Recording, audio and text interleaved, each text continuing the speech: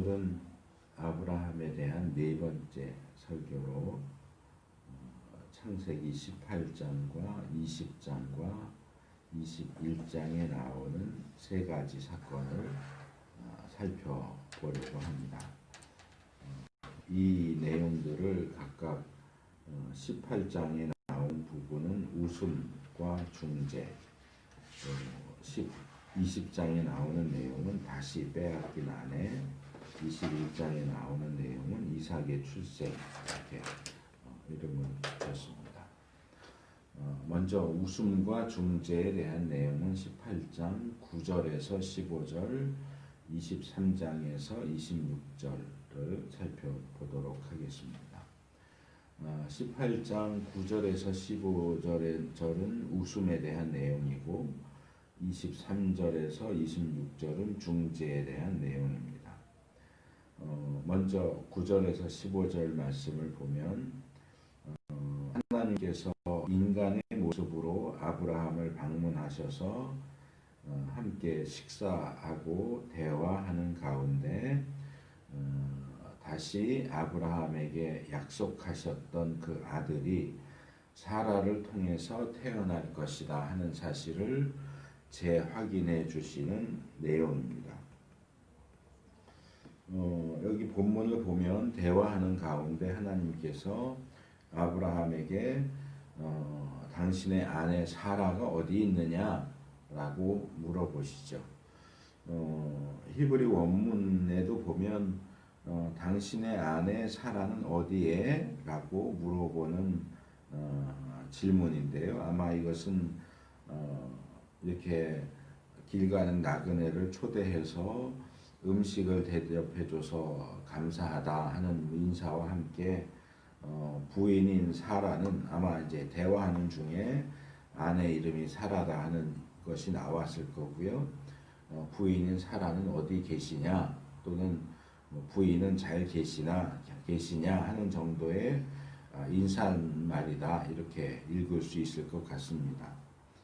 그런데 이제 본문의 이야기가 흘러가는 것을 보면 이것이 단순히 안부 인사를 위해서 꺼낸 말이 아니라 그 인사말에 이어서 때가 되면 하나님이 다시 이 아브라함을 방문하실 텐데 그때에 사라에게 이미 아들이 있을 것이다. 아들을 이미 낳았을 것이다.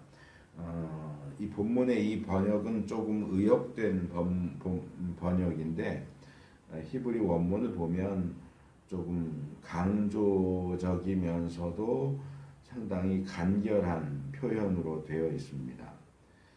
베힌네 벤 레사라 이렇게 되어 있어요. 그래서 베힌네는 그리고 보라 말이고 벤은 아들이고 레사라는 사라에게 그런 말이에요. 내가 너한테 다시 왔을 때 봐라 사라에게 아들이 있을 것이다. 아들이 태어났을 것이다. 이 정도의 이제 이야기를 강하게 간결하게 하시는 내용으로 이어집니다.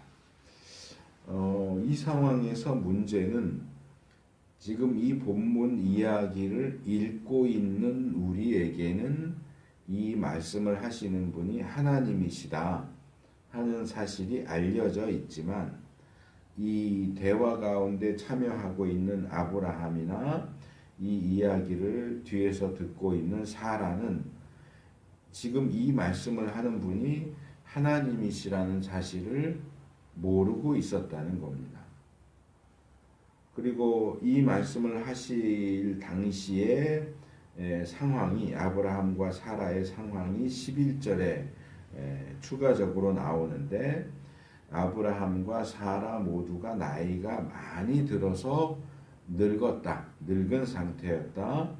그리고 원래부터 불임이었던 사라는 이미 나이가 많이 들어서 월경조차 끊어진 폐경 상태였다 하는 사실을 11절에 지적을 하고 있습니다.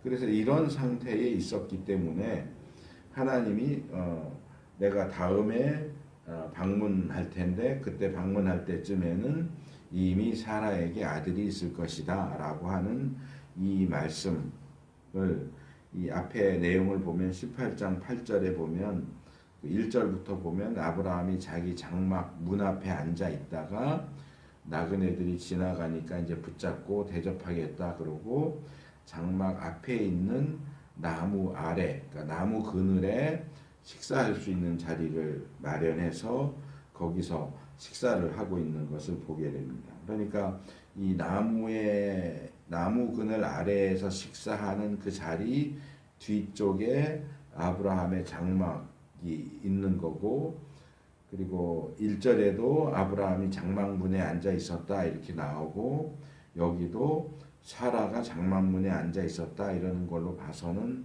아마 이 지역 그 어떤 관습이나 이런 걸로 봐서 거기가 이제 그냥 앉아서 쉬는 장소, 뭐 그렇게 볼 수 있을 것 같아요. 그래서 뭐 일부러 엿들은 게 아니고 그 장막문 앞에 나와 앉아 있던 사라가 그 앞쪽 나무 그늘에서 식사하면서 하는 그 얘기를 듣게 된 거죠.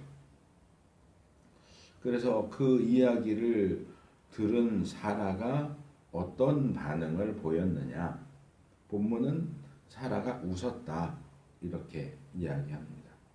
그런데 이야기의 흐름상 보면 이게 깔깔거리고 좋아서 그렇게 웃었다기보다는 어이가 없다는 그런 의미에서 피식하고 그렇게 웃는 웃음이 아니었을까.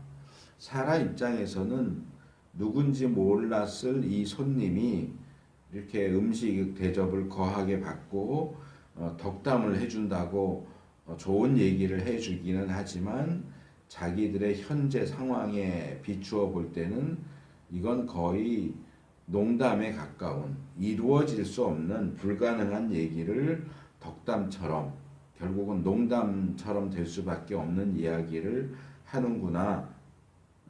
뭐 겉보기에는 정정해 보일지라도 아브라함은 이미 100세 가까이 99세 정도 되었던 상황이고 사라는 90세 정도 돼 있는 그 상황 속에서 100세 된 남편과 90세 된 아내 사이에 아들이 태어난다 하는 것은 누가 봐도 불가능한 일이고, 그렇게 우리 나이를 알았다면 저런 얘기는 할 수가 없었을 텐데 하는 아마 그런 생각 때문에 어이가 없다는 의미에서 웃지 않았을까.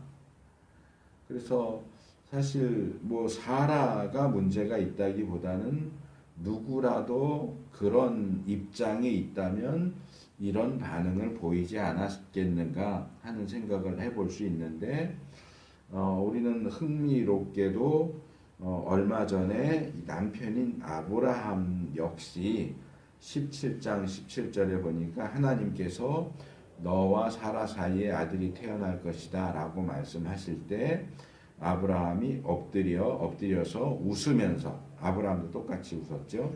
심중에 이르되 100세 된 사람이 어찌 자식을 낳을까? 사라는 90세니 어찌 생산하리요? 하고 그런 반응을 보였는데, 남편 아브라함이 보였던 태도와 생각이 여기 사라가, 아내인 사라가 보이는 태도와 행동과 판박이처럼 똑같았다 하는 것을 보게 됩니다. 이 한문 표현에 부창부수라는 말이 나오죠. 남편이 노래하면 아내가 그것을 따라한다. 것처럼 남편이 이미 하나님 말씀에 대해서 웃으면서 이건 불가능해 이렇게 하니까 뭐 그렇게 남편이 했다는 얘기를 들었을지 어땠을지는 모르지만 아내도 남편하고 똑같은 방식으로 반응하고 생각하는 모습을 볼 수 있습니다. 그런데 이 두 사건을 조금 더 우리가 면밀하게 살펴보면 겉으로 보기에는 똑같아 보이지만 사실은 완전히 똑같지는 않다. 왜냐하면 아브라함의 경우는 너와 사라 사이에서 아들이 태어난다라고 말씀하시는 분이 하나님이셨어요. 하나님께서 너 너와 너의 아내가 나이가 많기는 하지만 너와 아내 사이에 아들이 태어날 것이다 라고 하나님께서 말씀하시는데도 불구하고 아브라함이 웃었죠. 불가능하다라고 웃었고, 사라의 경우는 이 이야기를 하는 분이 하나님인 것을 알지 못했어요. 그냥 나그네죠. 어떤 남자가 길을 가다가 대접을 받으니까 고마워서 덕담을 해줬는데 말이 안 되는 얘기를 한 거죠. 그러니까 이 부분에 있어서 아브라함의 태도와 사라의 태도는 정확하게 똑같다라고 말하기는 어려운 점이 있죠. 물론 사라는 남편을 통해서 하나님께서 어떤 약속을 하셨는가 하는 얘기를 들었을 가능성이 높아요. 그러니까 처음에 하란을 떠나올 때도 너에게 자녀를 주겠다. 75세 때에. 그리고 85세가 되기 전에 하나님을 만났을 때 하나님이 자녀를 주지 않아서 엘리에셀이 후계자가 될 겁니다. 그랬을 때 아니다. 내 몸에서 날 자가 후사가 될 거다라고 약속하셨는데 아마 그 얘기도 사라가 전에 들었을 것으로 보이고, 그리고 이번에도 너와 사라 사이에 아들이 태어날 것이다 하는 이야기도 뭐 아브라함이 어떻게 반응했느냐까지 들었을지는 알 수 없지만 하나님이 글쎄 이런 말씀을 하시네 해서 그 이야기를 들었을 가능성이 높다고 저는 생각을 해요.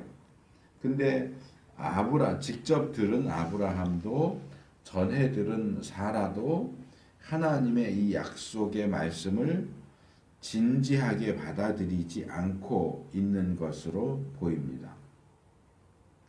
그래서 결국 두 사람 모두가 하나님 말씀에 대해서 뭐 이렇게 대놓고 비웃는 것은 아니지만 어이가 없다. 아무리 하나님이라도 어떻게 이런 일이 있을 수 있어? 하는 식의 반응을 보이고 있는 거죠.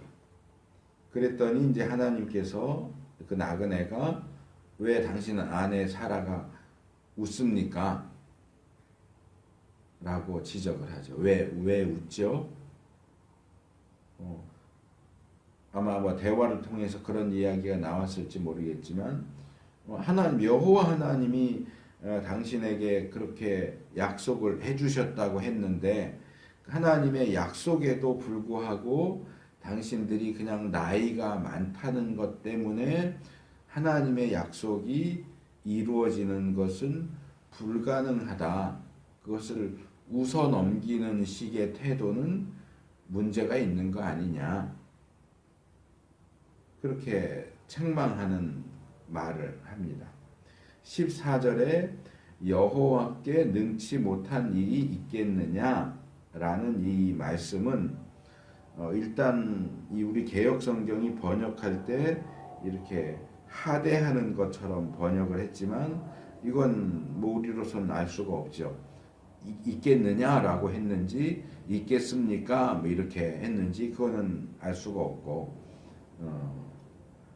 하나님께서 보기에 따라서는 이 14절 말씀을 하실 때 하나님께서 내가 하나님인데 내가 나에게 능치 못한 일이 있겠느냐 이렇게 자신의 정체를 밝히셨다라고 볼 수도 있고, 아니면 아직은 자신의 정체를 자신이 하나님이라는 사실을 밝히지 않은 상태에서 저는 이게 더 가능성이 높다고 보는데 어째서 여호와의 약속과 능력을 믿지 않느냐. 그래서 내 약속, 내 말을 해서 1인칭을 사용하지 않고 3인칭으로 여호와께 이렇게 표현한 것은 아직 자기 정체를 확실하게 밝히지 않고 제3자인 것처럼 하나님이 말씀하셨다는데 신이 말씀하셨다는데 왜 여러분들은 안 믿죠? 하는 식의 이야기가 아닐까 생각을 합니다. 하나님이 자기 정체를 확실하게 밝히신 것은 17절 이하로 가서 특별히 19절에 가야 확실하게 당신이 하나님인 것을 알리셨다라고 봅니다. 이렇게 손님이 자기가 웃은 것을 지적하고 책망을 하니까 이 사라가 문득 두려워져서 가슴이 철렁해서 나 안 웃었다라고 부인을 하죠. 그런 사라를 향해 하나님은 무슨 확인 사살을 하듯이 아니다. 당신이 웃었다. 내가 웃었느니라 라고 못 박아서 말씀을 하십니다. 이거는 좀 뭐라고 그럴까? 그 이야기를 들을 때 사라가 얼마나 무안했을까? 그냥 좀 넘어가 줄 수도 있는데 지금 전혀 연관이 없는 사람이 길 가다가 거하게 음식 대접을 받고 좋은 말을 해줬는데 웃었다고 해도 본인이 쑥스러워서 아니라고 그러는데 그걸 또 꼭 집어서 웃었다고 이렇게 얘기하는 거는 조금 예의가 아니지 않은가.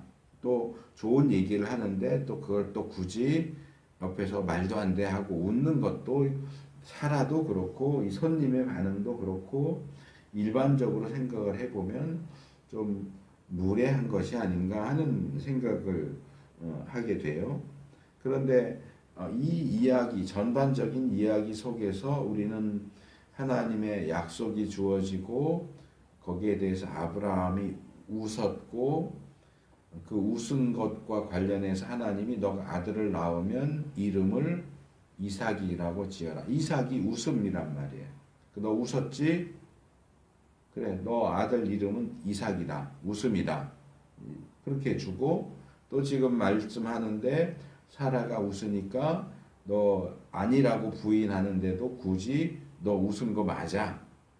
라고 이렇게 확인하고 그 다음 이야기로 넘어가면 이제 이삭이 태어나는 중간에 아내를 뺏긴 이야기가 들어가긴 하지만 이삭이 출생하는 아브라함의 웃음, 이삭의 이름, 사라의 웃음, 웃는 거 확인하고 이삭이 태어나고 하는 이 어떤 웃음을 중심으로 한 이야기의 그 흐름을 발견하게 되고 그 가운 이런 전반적인 흐름 속에서 하나님께서 아브라함과 사라 그리고 그들의 이야기를 듣고 또는 읽는 우리에게 웃음이라고 하는 것에 초점을 맞출 수 있도록 맞추도록 그렇게 하시는 것이 아닌가 하는 생각을 합니다.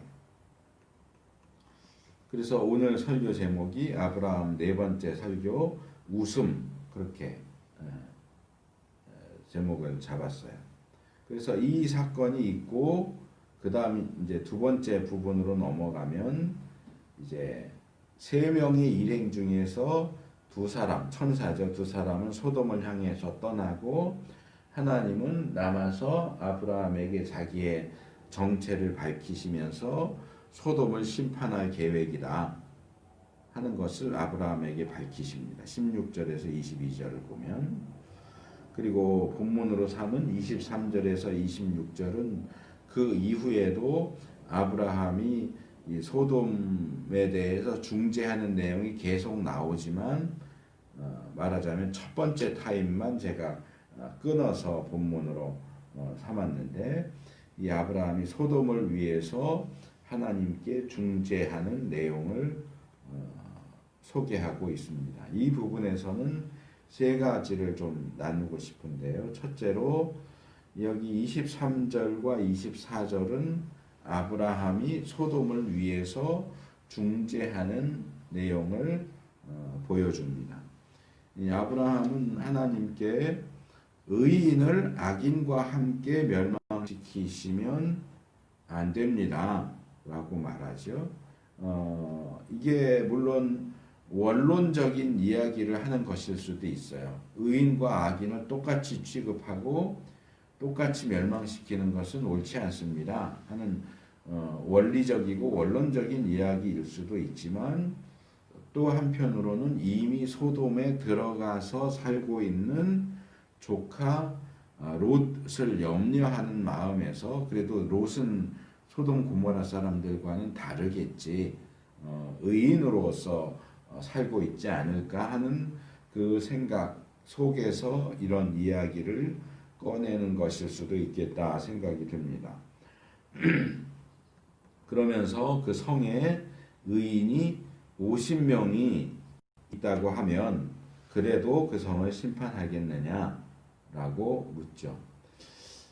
이 50이 어디서 나왔는지는 모르겠어요. 아마 중재를 하는 과정에서 그래도 요 정도는 있어야 의인이 있다고 말할 수 있지 않을까라고 처음으로 생각한 의인의 최소 숫자가 아니었을까 생각이 들어요. 근데 정작 말을 꺼내고 그래 의인 50명이 있으면 심판하지 않을게 하니까 그런 대화 과정 속에서 정말 소돔에 의인이 50명이 있을까? 그 확신이 점점 줄어들어서 50명에서 45명으로 40명으로 30명으로 20명으로 10명으로 이렇게 숫자가 줄어들면서 계속 연거퍼서 중재의 말씀을 드리는 그런 방향으로 이야기가 흘러가게 됩니다.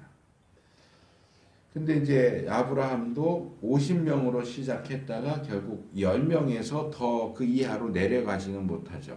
10명에서 다시 5명으로 뭐 3명으로 1명으로 이렇게 내려가지는 못하고 10명에서 멈춰버리죠.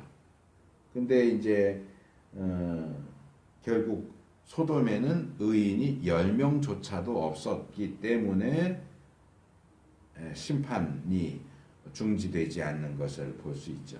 왜 아브라함이 10명에서 멈췄을까? 좀 더 줄여줬으면 상황이 달라질 수도 있었을 텐데 하는 생각도 하지만 제가 생각할 때에 이 10명은 아마도 고대의 대가족 상황에서 한 가정의 최소 단위가 아니겠는가. 물론 롯의 가정은 우리가 알고 있는 것처럼 롯이 있고 아내가 있고 딸 둘이어서 4명, 오늘날 핵가족하고 비슷한 규모이지만 고대 그 대가족은 이렇게 가족, 할아버지, 아버지, 아들 이런 식으로 가족들만 있는 게 아니고 종들도 있고 이랬기 때문에 우리가 지난번에 아브라함이 롯을 포로로 잡혀간 롯을 다시 되찾아오는 것을 보면서 잠깐 언급했지만 아브라함 집에는 집에서 나고 기른 종이 318명이 있었다. 그렇게 놓고 보면 아브라함 가정은 규모만 놓고 보면 320명 정도가 되는 거예요. 실제 가족은 아브라함하고 사라하고 뭐 그렇게밖에 없지만 뭐 그 가족을 이루는 전체 구성원을 놓고 보면 300명이 넘는 사람이 이 아브라함이라는 사람을 중심으로 해서 하나의 가정 울타리 안에 들어가 있으니까 적지 않은 규모의 대가족인 거죠. 그러니까 롯의 경우도 뭐 성경이 정확하게 얘기하고 있지는 않지만 종도 있었을 수도 있고 이미 그 애굽에서 갔다 와서 가축이 많고 땅은 좁기 때문에 롯의 종들과 아브라함의 종들이 서로 싸웠다 하는 내용들이 나오니까 롯에게도 분명히 종이 있었을 거고 그 종들까지 합하면 10명, 최소한 10명은 되지 않을까 생각이 돼요. 그래서 이 10명은 결국은 노골적으로 말하면 롯의 가정, 이 한 가정 정도는 의인으로서 소돔 안에 존재하지 않겠는가. 더 이상은 그 아래로 끌어내릴 수 없는 하한선이죠. 50명이 상한선이라면 10명은 하한선이고 아브라함 입장에서는 롯의 한 가정 10명 정도는 있을 거야 라고 생각을 하고 거기서 멈췄겠지만 실제로는 그만큼도 있지 않았다. 신약으로 오면 베드로후서 2장 7절에 보면 무법한 자의 음란한 행실을 인하여 고통하는 의로운 롯을 건지셨으니 이렇게 이야기하고 있기 때문에 롯은 의인이었다 이렇게 말할 수도 있을 것 같아요. 그런데 제가 볼 때는 이 베드로후서 2장 7절의 이 언급은 우리가 보통 믿음장이라고 말하고 있는 히브리서 11장이 구약의 인물들에 대해서 평가하는 방식과 흡사해 보입니다. 무슨 얘기냐 하면 히브리서 11장은 여러 인물들을 들면서 아무개는 믿음으로 어떻게 했다, 아무개는 믿음으로 어떻게 했다라고 좋게 평가를 해주고 있지만 정작 거기에 해당되는 구약 본문을 가서 확인하면 이게 정말 믿음으로 행한 게 맞을까? 라고 좀 의아스러운 부분들이 종종 발견되는 것을 보게 됩니다.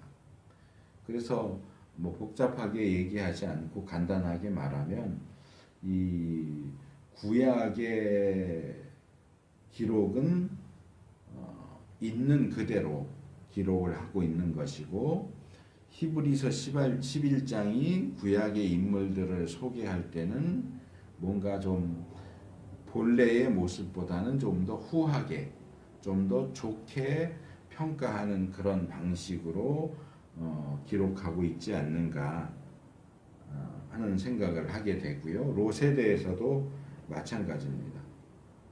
누가 롯에게 소돔에 들어가서 살아야만 하는 의무를 지어준 게 아니란 말이에요. 그래서 이 무법한 자들이 음란하게 행하는 그 소돔에 고통스러운데도 어쩔 수 없이 소돔에서 살아야 됐다. 살 수밖에 없었다가 아니고 자기가 자기 발로 소돔으로 걸어 들어갔어요. 그렇기 때문에 롯을 어떤 일방적인 피해자로만 이야기하는 것은 좀 문제가 있지 않은가라는 생각이 들고요. 그렇다고 롯도 악당이었다. 소돔 사람들과 마찬가지로 악당이었다. 이렇게 말하는 건 아니지만 그냥 의인, 철저한 의인 이렇게만 보는 것도 뭔가 조금 문제가 있지 않은가라는 생각이 듭니다. 물론 아브라함이 꼭 롯은 의인 자격이 있어 라는 생각에서 이렇게 중재한 것인지는 확실하지는 않습니다. 물론 롯을 위하는 마음은 분명히 있었겠지만 이어지는 25절을 보면 아브라함의 이 중재가 무엇에 근거하고 있는지가 직접적으로 나오는데요. 그는 하나님께서 의인과 악인을 함께 죽이시는 것은 불가하다. 또 그런 식으로 의인과 악인을 균등히 똑같이 하시는 것도 불가하다라고 말합니다. 그러면서 세상을 심판하시는 분이 하나님이 세상을 심판하시는 분이라면 공의를 행해야 되지 않습니까? 라고 말하죠. 이게 한글 번역에서는 이렇게 돼 있는데 히브리 원문을 보면 이 심판하시는 이가 히브리어로 하쇼페트예요. 예, 하는 정관사고 이 쇼페트는 샤파트 심판한다 라는 동사의 어떤 분사형 명사처럼 해서 하쇼페트 하면 그 심판자, 그 심판하는 자 그런 말이죠. 그리고 뒤에서 공의를 행하셔야 됩니다 할 때 이 공의는 미슈파트예요. 이 미슈파트는 똑같이 샤파트에서 온 단어예요. 그러니까 샤파트 하시는 분은 샤파트 하셔야 되지 않습니까? 그 말이에요. 그러니까 이 히브리 원문으로 보면 워드 플레이가 있는 거죠. 하샤파트이신 하나님은 미슈파트를 행하셔야 되지 않습니까? 이 미슈파트는 판결, 심판, 공의 이런 뜻을 가지고 있어요. 일반적으로 이제 공의로 많이 번역이 되지만 이런 본문의 경우는 이렇게 좀 같은 단어를 맞춰서 얘기하는 번역하는 것도 더 좋지 않았을까? 세상을 심판하시는 이가 공의롭게 심판하셔야 되지 않겠습니까? 뭐 이런 식으로 번역했으면 좀 더 좋았을 텐데 한글 성경만 보면 심판하시는 이하하고 공의는 직접적인 관계는 없어 보이죠. 그런데 히브리어로 보면 이게 같은 어근을 가진 단어 하쇼페트하고 미시파트로 이렇게 연결되는 거죠. 심판자이신 하나님은 공의롭게 심판하셔야 되는데 의인과 악인을 똑같이 취급하시는 것은 공의롭지 않습니다. 하나님의 공의에 맞지 않는 행동을 하시는 겁니다. 그러니까 아브라함은 하나님의 공의라고 하는 속성에 근거해서 그 하나님의 성품에 맞는 방식으로 행동하셔야 되지 않습니까? 롯이 소돔에 살고 있는데 롯 때문에 하나님 심판하시면 안 됩니다. 이게 아니고 하나님은 원래가 공의로운 분 아닙니까? 공의롭게 심판하는 분이 아닙니까? 그런데 하나님이 심판하시는 데 있어서 그런 방식으로 의인과 악인을 구분하지 않고 똑같이 심판하고 멸망시키신다면 그것은 하나님의 공의와 맞지 않습니다. 이게 아브라함의 중재의 근거죠. 그래서 여기서 우리는 우리의 기도가 어떤 방식으로 또 무엇에 근거해서 행해져야 하는가를 배울 수 있습니다. 또 하나님 나라 백성으로서 하나님 나라를 이루어 가기 위해서 어떤 기준과 방식을 취해야 하는지에 대한 교훈도 함께 봤습니다. 제가 늘 강조했던 부분이기도 한데요.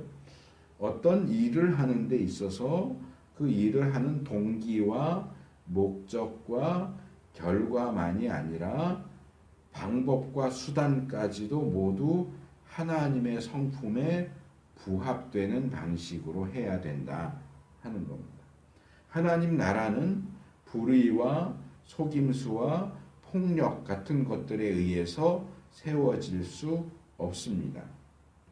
우리는 하나님을 위한다 그러고 교회를 위한다고 하면서 세상법을 어기고 불의하게 속여서 필요하다면 폭력을 써서라도 우리가 하고자 하는 일을 행하면서 어떻게든 우리의 그런 행동들을 우리에게 유리한 방향으로 합리화시키려고 노력하지만 하나님은 그런 말장난이나 궤변에 속지 않으신다는 거예요. 요즘에도 한참 문제가 되고 있지만 이 강남의 S교회가 예배당을 크게 지으면서 자기 땅도 아닌 데다가 예배당 시설이 다 포함시켜서 나라 땅을 자기 땅인 것처럼 그렇게 해서 불법적으로 건물을 지었어요. 그래서 법원에서 그 헐든지 도로 내놔라 판결이 났는데도 우리는 못하니까 배째라 이러고 나와요. 그건 하나님의 방식이 아니에요. 하나님을 갖다 대고 교회를 갖다 대고 하나님의 영광 어쩌고 저쩌고 하나님이 불의를 행하십니까? 하나님이 불의한 방식으로 남의 땅을 자기 땅으로 삼아서 건물을 세우시는 분입니까? 그렇지 않아요. 입에는 하나님의 영광, 하나님의 나라를 주렁주렁 매달고 있을지라도 우리가 진심으로 하나님의 나라와 영광을 위하는지 하나님은 다 아세요.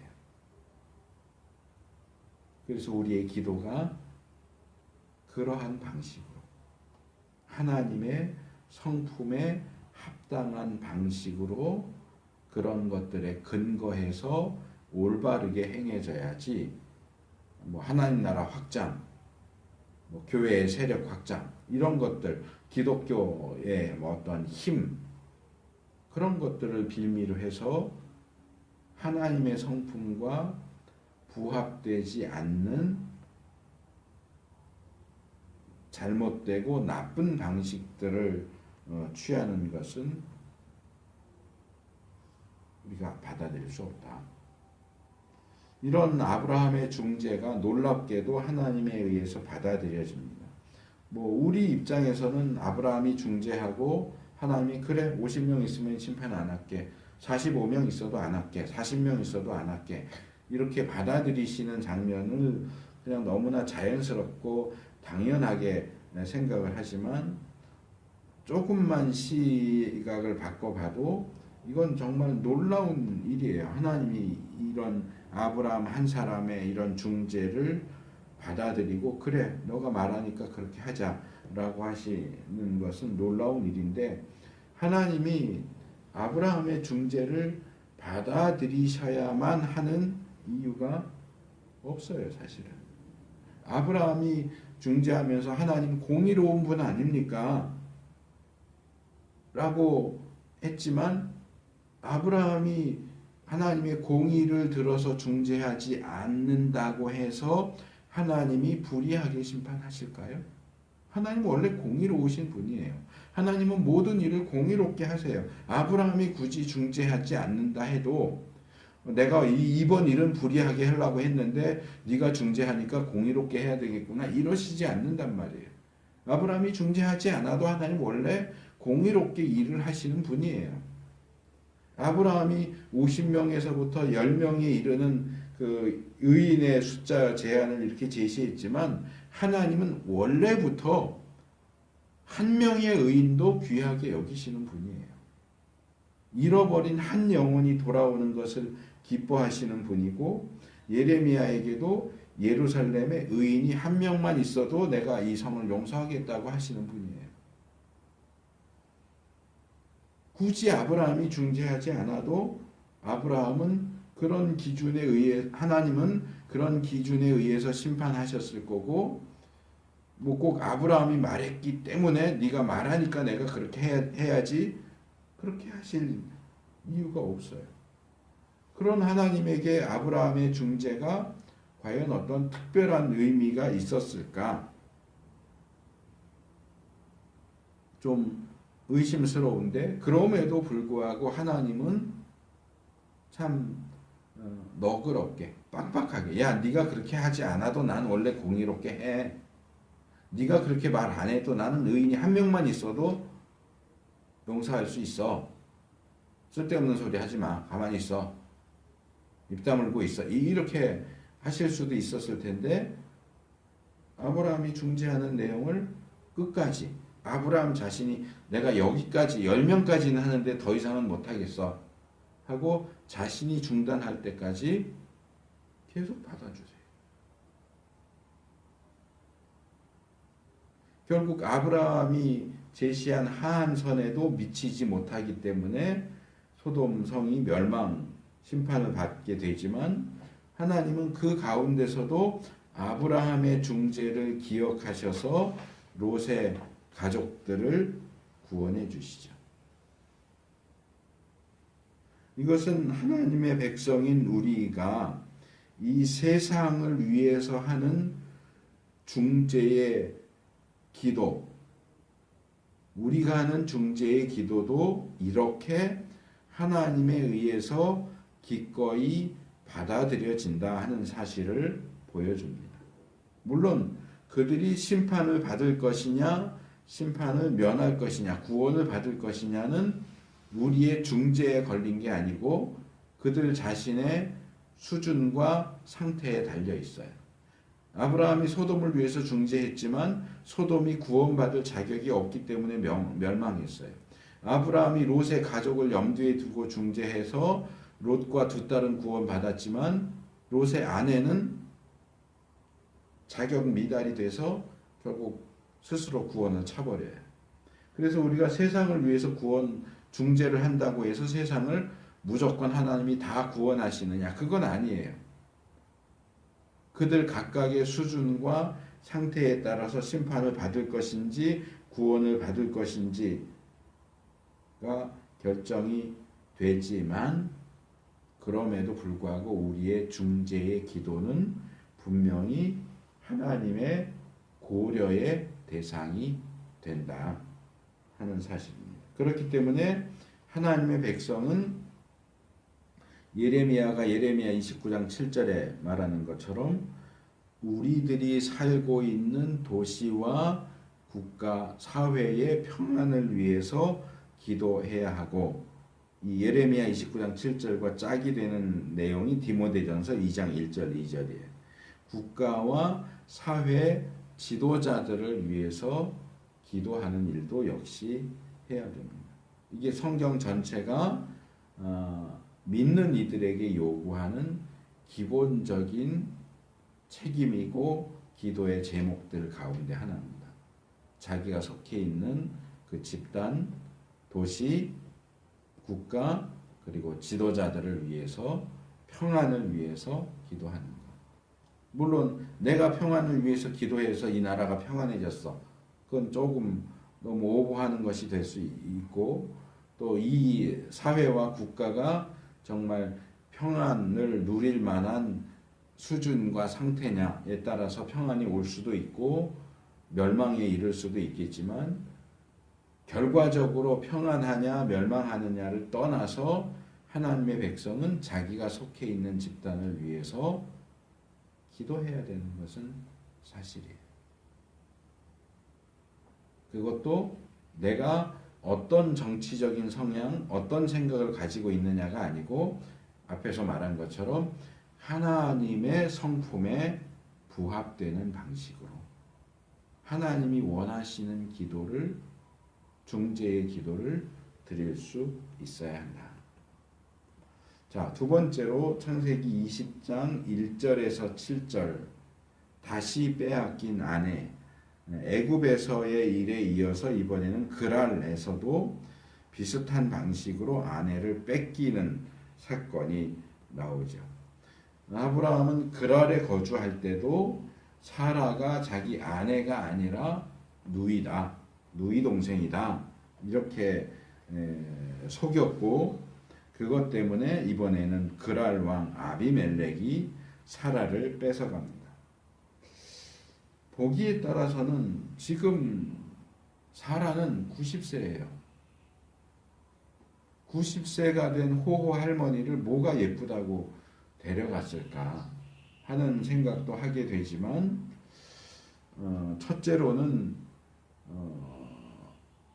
같은 현대라고 해도, 이 같은 시간대라고 해도 공간, 지역에 따라 미의 기준의 차이가 있고, 시간대가 다르면 또 미의 기준이 차이가 있는 것처럼, 이 고대 이 시대와 지금 우리 시대의 미의 기준의 차이가 있고, 90세가 된 할머니여도 그 당시 사람들에게는 예쁘게 보였을 수 있지 않을까라는 생각도 하게 되고요.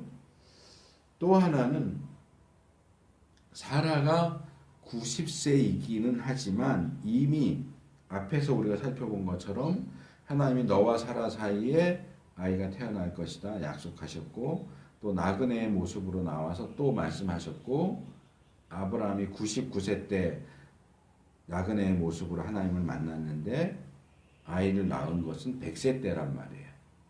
12개월 차이 나는데 아이는 엄마 뱃속에 10개월 있다가 나오잖아요. 그러면 차이가 얼마 안 나요. 그래서 이것은 뭐 확실히 그렇다라고 말하기는 어렵지만, 어쩌면 하나님께서 노년인 사라의 몸의 상태를 일시적으로 임신이 가능하고 출산을 할 수 있는 그런 상태로 되돌려 주셨을 수도 있다. 임시적으로. 그러니까 소위 말하는 회춘. 다시 좀 젊어서 임신하고 출산할 수 있는 그런 상태로 되돌려 주셨을 가능성도 있지 않을까. 그러니까 90세인데도 뭐 한 40대처럼 50대처럼 보였을 수도 있지 않을까. 이건 그냥 순전히 추측입니다. 성경은 전혀 거기에 대해서 얘기하고 있지 않지만, 90세 된 할머니를 뺏어간다 하는 부분을 생각하면 그럴 가능성도 생각할 수 있지 않을까. 근데 이제 이 사건을 보면 그냥 얼핏 보면 애굽에서 있었던 일의 재탕처럼 보이지만 이 사건들도 역시 단순한 반복이 아니고 최소한 세 가지 점에서 다르다 하는 것을 말씀드리고 싶어요. 첫째로는 이런 사건이 지금 반복적으로 일어난다는 거예요. 애굽에서에 있었던 일은 아브라함이 하나님을 알아가던 초기에 일어났어요. 그렇기 때문에 그래, 아브라함이 아직 하나님이 어떤 분이신지 잘 몰랐으니까 그랬을 수 있어 라고 이해해 줄 수 있었는데 지금은 상황이 달라요. 그때보다 훨씬 더 하나님을 많이 더 잘 알고 있어요. 그런데도 그러니까 10년이 지났잖아요. 10년이 아니고 22년이 지났잖아요. 75세 때 일어난 일이고 지금 이건 99세 때 일어난 일이니까. 그런데 아브라함은 지금 20년 전과 똑같이 행동을 하고 있어요. 그건 무슨 얘기예요? 이건 퇴보예요. 신앙의 퇴보예요. 그냥 단순히 비슷한 일이 또 일어났다가 아니고 그런 비슷한 일이 또 일어나면 안 되는 거죠. 믿은 지 20년이 지났는데 믿던 초기에 그런 생각, 그런 행동을 똑같이 한다는 것은 문제가 있는 거죠.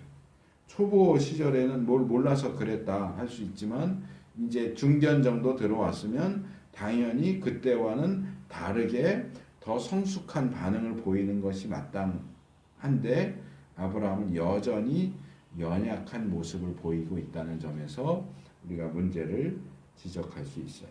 두 번째로는 과거에는 애굽에서의 일이 일어났을 때에는 아브라함에게 주어진 후손에 대한 약속이 두리뭉실했어요. 그냥 내가 너에게 자손을 주겠다 이렇게 했지 그게 아브라함 몸에서 나올 자인지 사라가 낳아줄 아들인지 그런 부분에 대해서는 언급이 안 나와요. 그러니까 아브라함이 하나님이 자녀를 안 주셔서 엘리에셀이 내 후사가 될 겁니다라고 그렇게 생각을 하고 사라는 불임이니까 그럼 하갈을 통해서 아들을 낳아야 되나 보다 이렇게 되죠. 그래서 후손에 대한 약속은 3단계에 걸쳐서 주어지죠. 처음에는 그냥 두리뭉실하게 자녀를 주겠다. 12장 2절, 13장 15절, 16절. 두 번째는 아브라함의 몸에서 나올 것이다. 15장 4절. 마지막으로 아브라함과 사라 사이에 날 것이다. 17장 16절. 그래서 그 전에는 누구를 통해서 자녀가 주어질지 모호한 상황이었지만 지금은 달라요. 지금은 확실하게 아브라함과 사라 사이에 약속의 자녀가 주어질 것이다 라는 사실이 분명해졌어요. 그렇다면 이전과는 달리 아들을 낳아줄 사라를 더 신경 써서 챙겼어야 하는데 여전히 아브라함은 사라의 안전보다도 자기의 생명, 자기의 목숨이 더 귀했어요. 죽을까봐.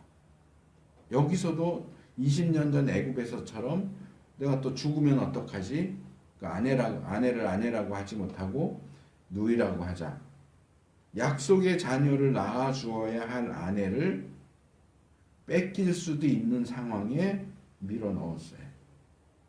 이 부분에 있어서도 아브라함은 너무나 이기적이고 나태하고 안일한 방식으로 행동을 했다. 셋째로 이 사라를 빼앗긴 시점이 굉장히 절묘하다 하는 겁니다. 하나님께서 아브라함에게 나타나신 것이 아까 말한 것처럼 그가 99세 때였고 이삭이 태어난 게 100세예요. 임신 기간이 10개월이라고 하는 것을 고려한다면 이 사라를 빼앗긴 시점은 어쩌면 사라가 이미 임신하고 있는 상태였거나 임신하기 쉬운 상태였을 가능성이 높다는 거죠. 애굽에서보다 지금은 더더욱 약속의 자녀의 잉태와 관련해서 아주 중요한 때이고, 그런 점을 놓고 생각한다면 이 사건은 정말 위기 상황이에요. 사라를 뺏어간 아비멜렉이 그날 밤에라도 사라와 동침했다면 아브라함과 사라 사이에 주어질 약속의 자녀는 물 건너가는 거예요. 이 부분에서 아브라함은 너무 무책임하게, 무관심하게 행동을 했고, 하나님께서 정말 이거는 긴급 출동하셔서 아비멜렉이 사라를 데려간 그날 밤에, 며칠도 아니고 바로 그날 밤에 꿈에 나타나셔서 야, 너 그 여자랑 동침하면 안 돼 해서 말리지 않았다면 돌이킬 수 없는 사태가 벌어질 수밖에 없었을 것이다. 그래서 하나님께서는 아비멜렉이 사라를 뺏어간 바로 그날 밤에 꿈에 나타나셔서 경고하시죠. 이 여자와 동침하면 안 된다. 다른 사람의 아내다. 너 만약에 네 계획을 계속 진행시킨다면 너는 죽을 거다. 뭐 하나님과 아비멜렉 사이에 뭐 대화나 이후의 사건이 어떻게 진행됐는가는 그냥 생략하기로 하고요.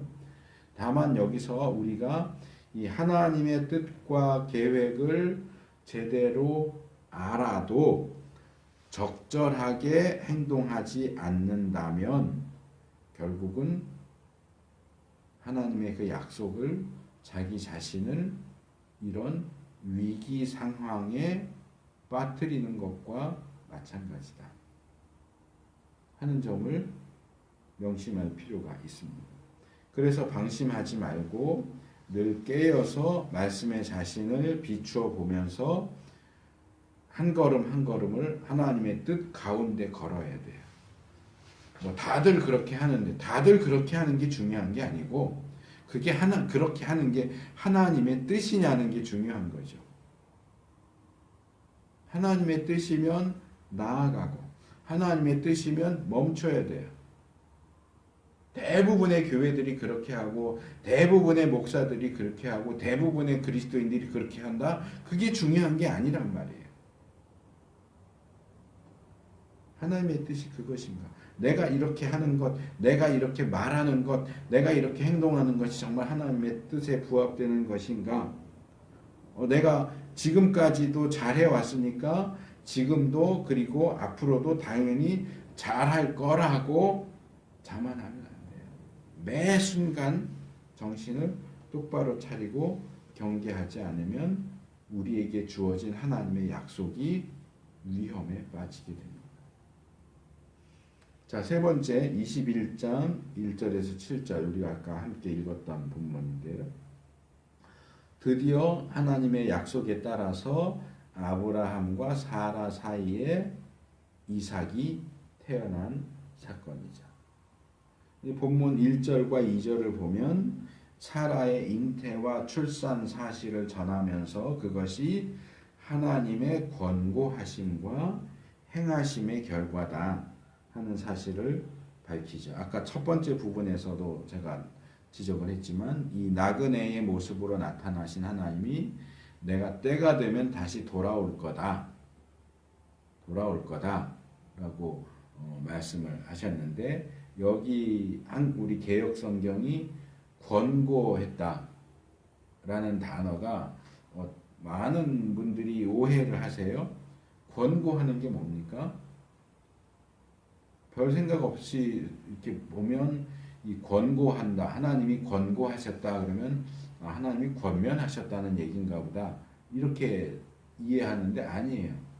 권고하고 권면은 달라요. 권고했다는 얘기는 찾아왔다 그런 말이에요. 방문하셨다 그런 뜻이에요. 그러니까 하나님이 사라를 권고하셨다 그러면 하나님이 사라를 찾아오셨다 그런 뜻이에요. 사라에게 권면해 주셨다 그 뜻이 아니고요. 그래서 내가 다시 온다 그랬잖아요. 그래서 다시 오신 거예요. 다시 사라에게 오셨고 말씀하신 대로 행하셨기 때문에 사라가 잉태하고 출산하게 되었다.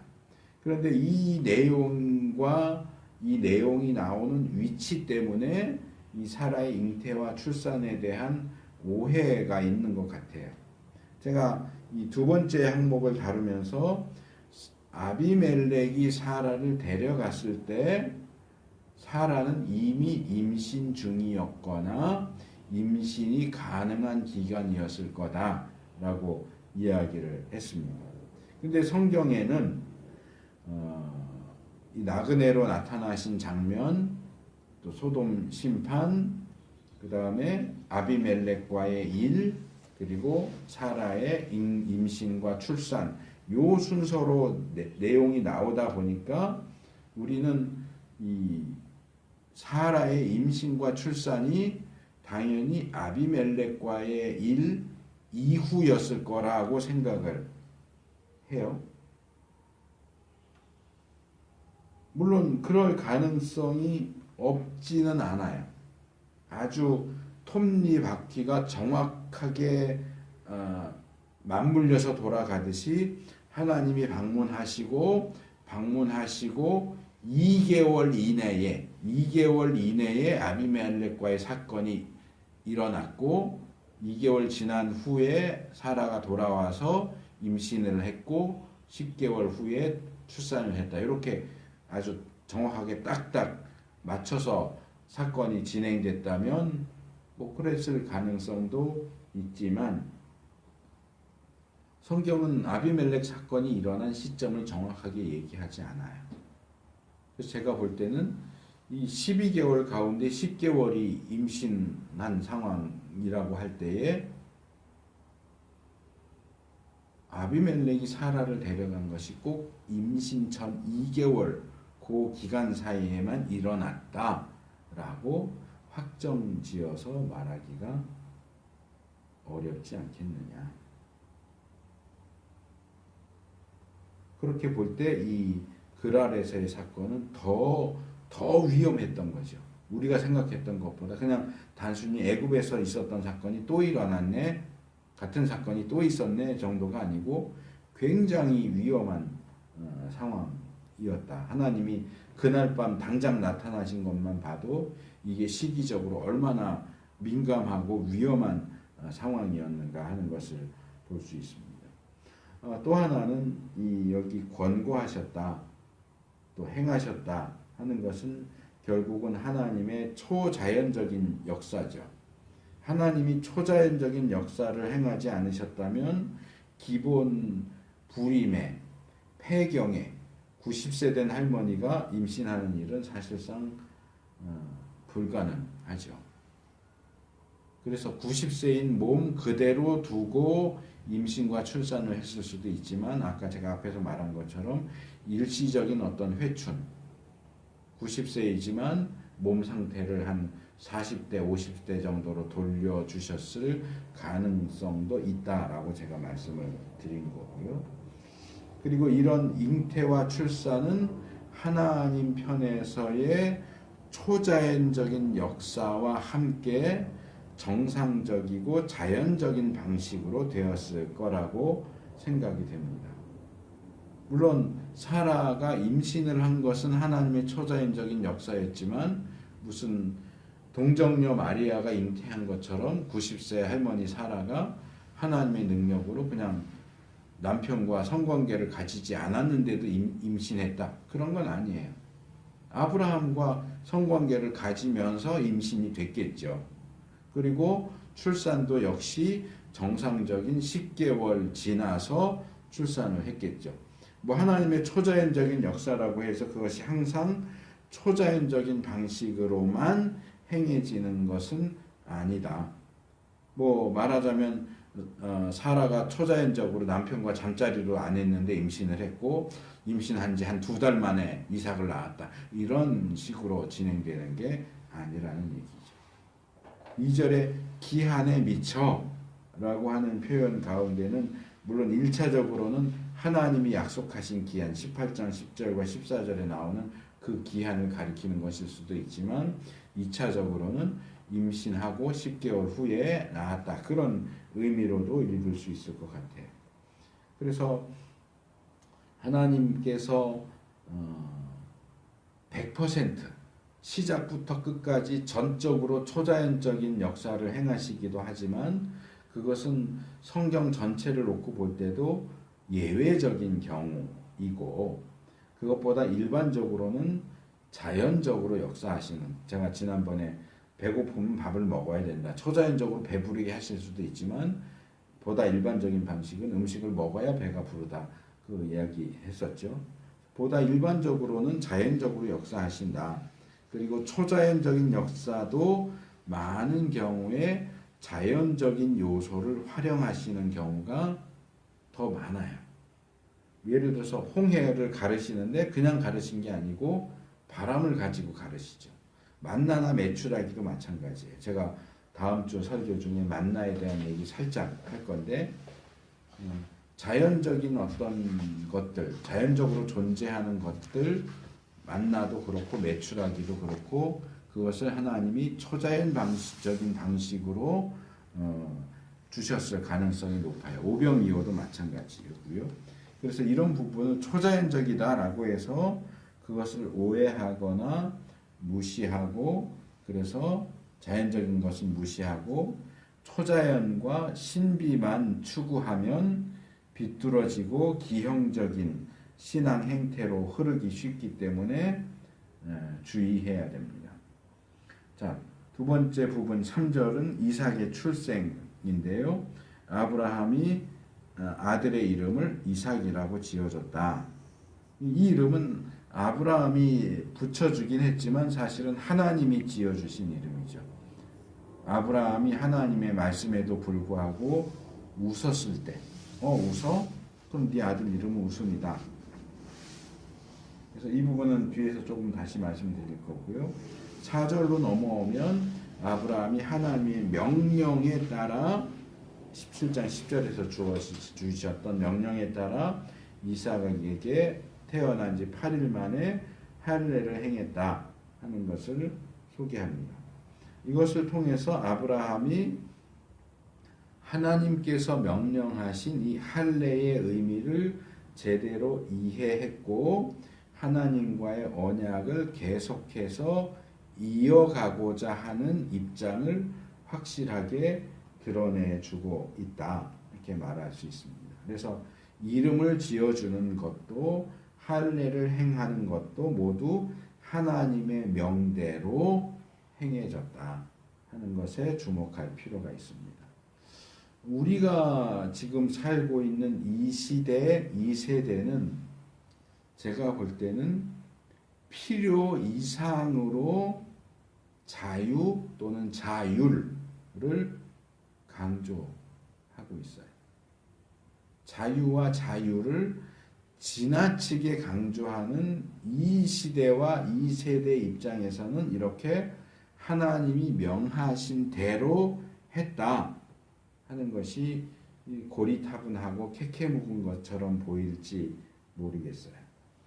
그런데 꼭 우리 시대뿐만이 아니라 어느 시대에도 성경이 기록된 시대에도 하나님이 명령하셨음에도 불구하고 그것을 무시하고 자기 멋대로 자기 소견에 오른 대로 한문 표현으로 하면 자행자지. 이게 제가 사전을 찾으면서 처음 알았는데 이게 불교 용어래요.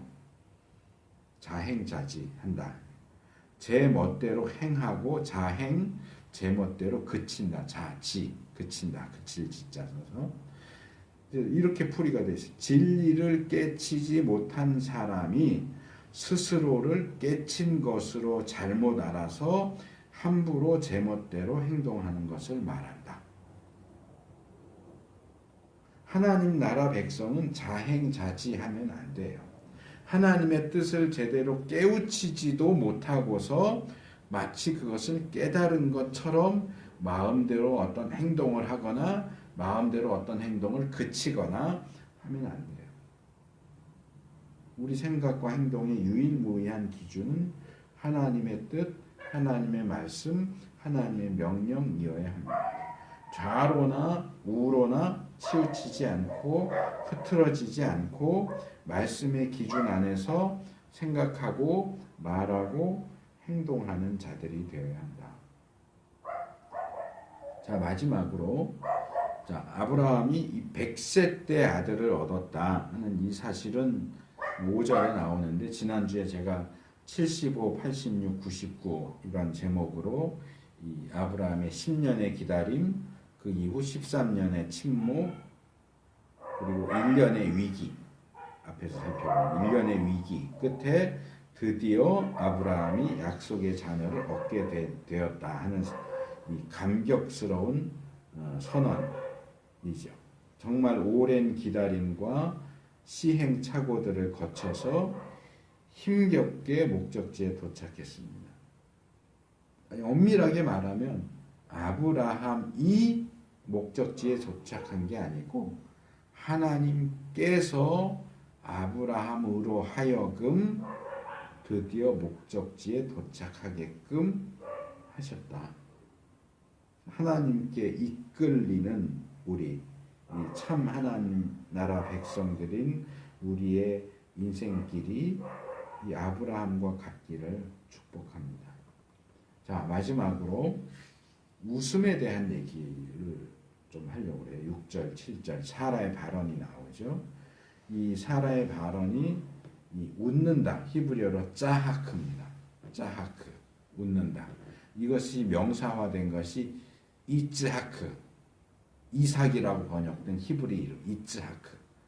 웃었다, 짜하크, 웃음, 이츠하크. 이것이 서로 연결되어 있는 내용들을 좀 총정리해서 말씀을 드리려고 해요. 제가 몇 주 전부터 지적해온 내용이지만 아브라함은 사라를 통해서 아들을 주겠다고 하는 하나님의 약속을 웃음으로 받아 넘기요. 짜하크 하죠. 좋아서 수용하는 의미에서 웃은 게 아니고 어이가 없다는 의미에서 웃었어요. 그래서 하나님은 야, 너 내가 얘기하는데 네가 짜하크해? 그러면 네가 낳은 아들 이름은 이츠하크다. 그래서 아들 이름을 이삭이라고 하라고 하시죠. 이거는 뭐냐? 사라가 안 웃었다고 하는데도 콕 집어서 아니야 너 웃었어 하시는 거 다 똑같은 방식인 거예요. 야, 내가 얘기했는데 웃어? 너 아들 이름 웃음이라고 지어. 그래서 결국 아브라함도 웃었고 사라도 웃었고 그래서 태어난 아들 이름은 웃음이에요. 또 우린 그냥 이삭 그러지만 이 사람들은 의미를 아니까 이삭아 하고 부른 건 웃음아. 아브라함도 사라도 이제 태어난 아들 이삭을 웃음아 웃음아 하고 부를 때 뭐가 떠오를까요? 아, 내가 하나님 말씀하시는데 웃었어. 하나님이 약속하시는데 내가 그걸 웃었어. 좋아서 웃은 게 아니고 말도 안 되는 얘기를 하시네요. 어이가 없네요 하는 뜻으로 웃었는데 아들을 볼 때마다 웃음아 웃음아 하고 부를 때는 자기들의 그 실수,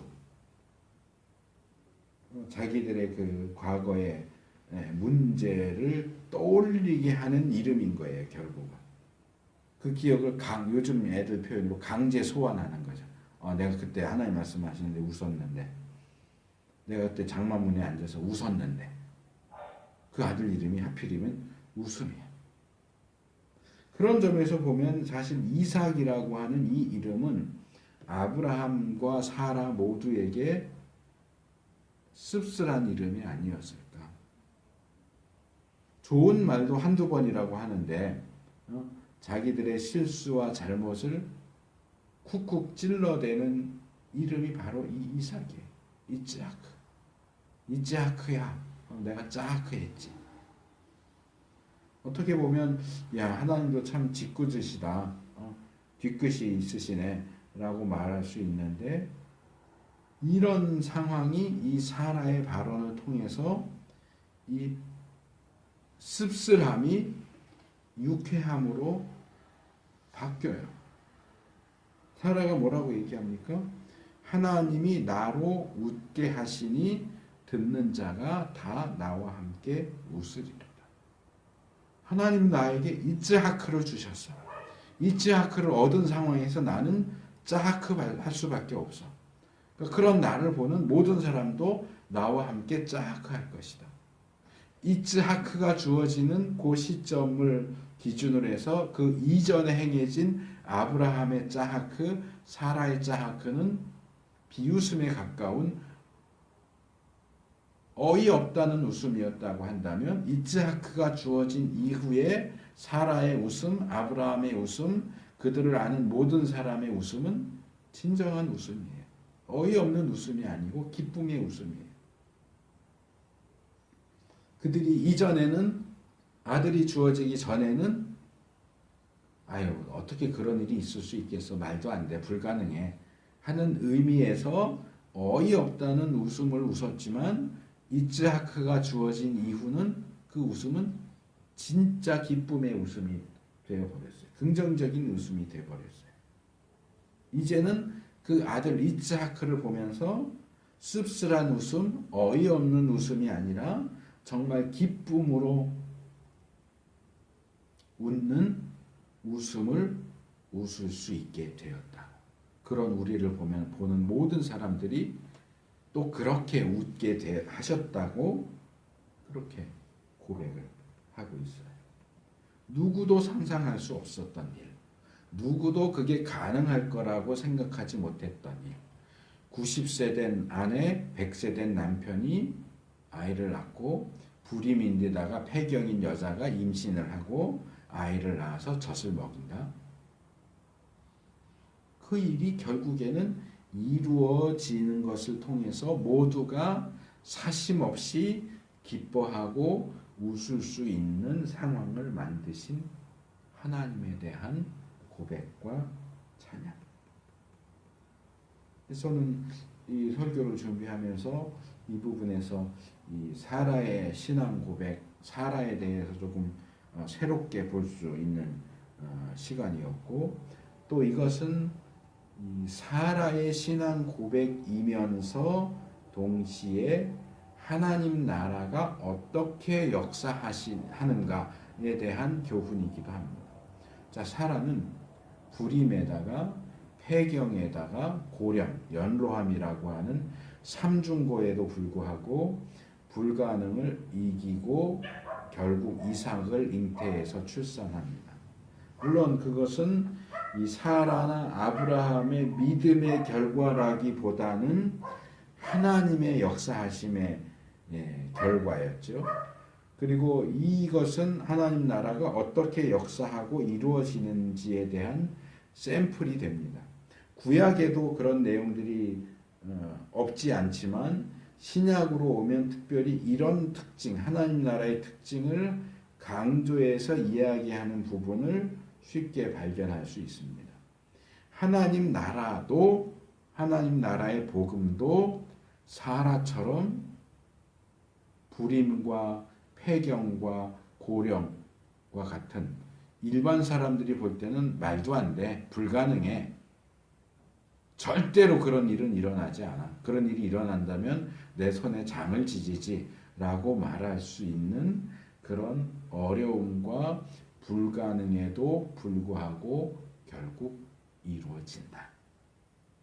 예수님께서 마태복음 21장 42절에서 구약의 시편 118편 22절 23절을 인용하시면서 너희가 성경에 건축자들의 버린 돌이 모퉁이의 머릿돌이 되었나니 이것은 주로 말미암아 된 것이요 우리 눈에 기이하도다 함을 읽어본 일이 없느냐라고 말씀하시죠.